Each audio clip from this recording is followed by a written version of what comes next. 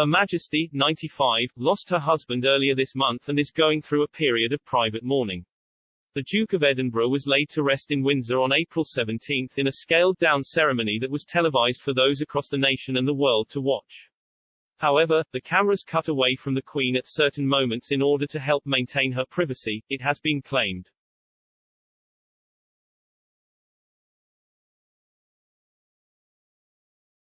The nonagenarian, while generally in good health, occasionally struggles with certain movements, but the cameras tactfully cut away to spare her the embarrassment of it being broadcast.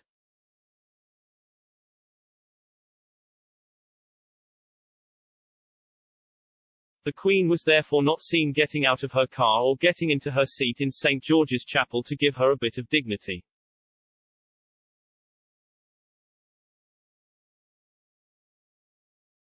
During the 50-minute service, the cameras mostly focused on the clergy and the choir, only occasionally cutting to the family sitting in the pews.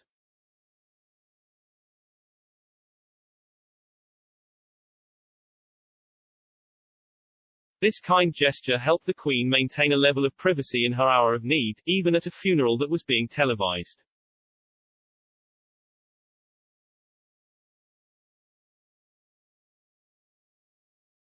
Pod Save the Queen is hosted by Anne Gripper and features Daily Mirror royal editor Russell Myers.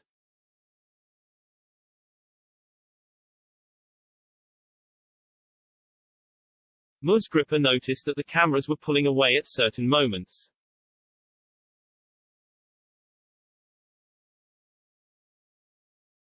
She said, "I think the cameras and the way things were done, they did afford probably as much as you can at a public funeral like that, quite a lot of privacy and dignity, particularly for the Queen in her later years."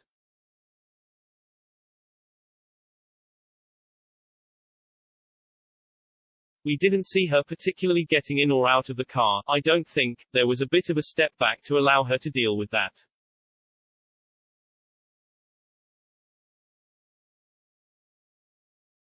And getting into her seat, we all saw her walking towards her seat but we didn't see her actually having to shuffle about and be dignified taking her seat.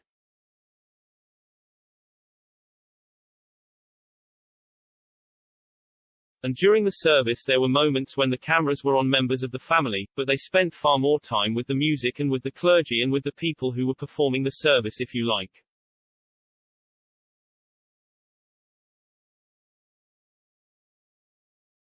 It wasn't exactly a concert, but it sort of was, because there was no singing, apart from the four beautiful singers.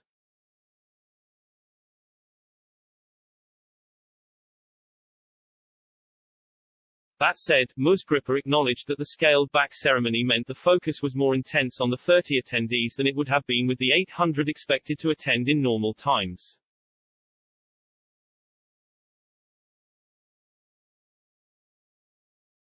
While the focus would largely be on the Queen and senior royals, they would share camera time with serving and former politicians, along with foreign royals and dignitaries and even celebrities who know the royal family.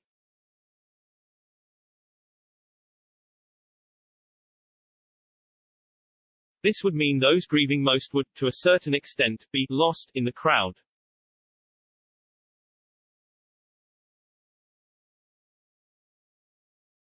Instead, the stark emptiness of the room at St. George's Chapel left the royals rather exposed.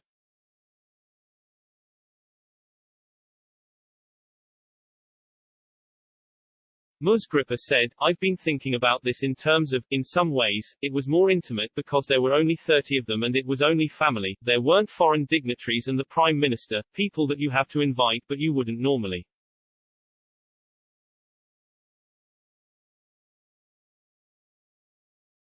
But at the same time, it was much more stark and bare, there was nowhere to hide."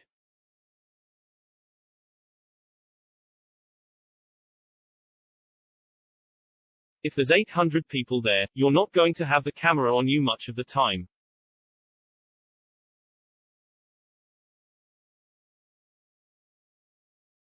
You're going to get a bit, not exactly lost, because obviously the Queen and seeing her would always be such a key and poignant moment, but the intensity in some ways of the focus on the small number of people there was nowhere to hide.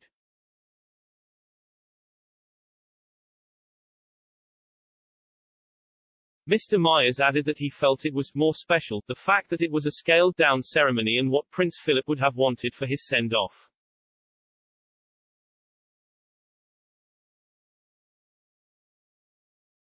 He said, "I think it was a better occasion to have a smaller ceremony and procession and it just seemed a lot more intimate."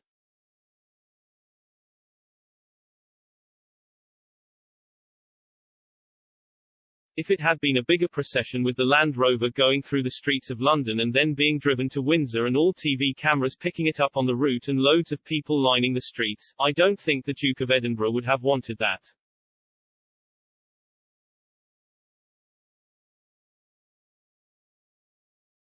And I do think this scaled-down version allowed the family to grieve privately, although the eyes of the world were on them, but I do believe it was a more special occasion.